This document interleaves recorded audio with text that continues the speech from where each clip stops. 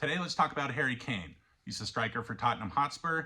He's a stone's throw away from beating the all-time goal-scoring record in the Premier League. He's a lifelong Spurs player, albeit for a couple of loan seasons at the beginning of his career, and he's just coming up again this year in the offseason as a transfer rumor, this time to Bayern Munich.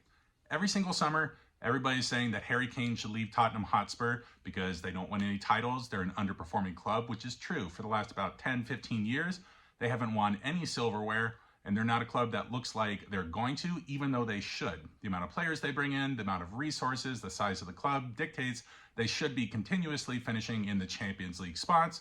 They should be competing for silverware, at least in the FA Cup or the League Cup every single season, if not the league, but they just don't do it. There's a running joke now that Harry Kane is never going to win a trophy in his career. And the question is, does he even want to? What does this man even want? Because every single summer we hear a saga about he's going to leave the club or is he going to stay? What's going to happen?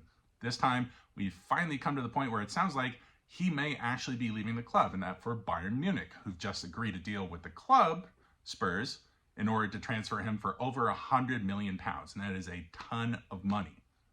This is another one of those situations like the video I did on PSG of whether Neymar leaving there is a good thing or a bad thing for them. And I'm still of the opinion here as well that this is a good thing for Spurs, and it's also going to be a good thing for Harry Kane. At this point, I'm not really sure he knows what he wants. I don't think he's driven by titles. If he was, he would be demanding that Spurs do more and be pushing even more to win some kind of title there. I don't think he's driven by the goal-scoring record because he's not a very individualistic kind of player. He's not the kind of guy that goes for individual records, which seems like a dichotomy here that's hard between not wanting titles and not wanting your own personal records. If he goes to Bayern Munich, he's guaranteed a title almost certainly because they win the league in Germany every single year. So if it's about titles, great place to go. He's a replacement for Lewandowski, who's left 2 seasons ago now to go to Barcelona. He's an out-and-out striker that they've kind of missed. Eric Choupo-Moting was fantastic in that position last season, but there's levels and differences between these two players. For Spurs, I think this would be a good move for Kane to actually leave because they don't win anything. They're not achieving anything. They really should be. And at this point, if Kane leaves, he's their key and identified player.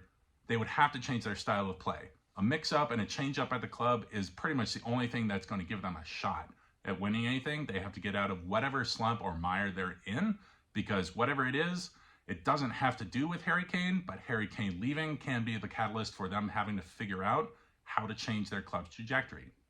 In the end, it's going to come down to if Kane wants to leave, and I get a weird thought that by Friday he's going to say he doesn't want to leave, which I think is a bad move because his contract's up at the end of this coming season, so he could leave for free, leaving this club that he does truly love, hanging without any money back from him in order to reinvest into the club. I don't think he would want that. He loves this club. I don't think he would want to do that. If he leaves this summer, that does mean leaving the club that you love, but going somewhere that's going to give the club that you love enough money to maybe make a change. He's also going to win a title, so he gets that kind of gremlin off his back from the media, from his supporters, and if it's something that hurts for him, it gets it off his back as well. This is something that's probably going to change in the next couple of days. You're going to see what happens with this transfer because he wants it all done and dusted before the season in England begins, which is Saturday. Who knows what's going to happen? It's just another turn of the wheel in the crazy Harry Kane saga that continues to go on and on and on.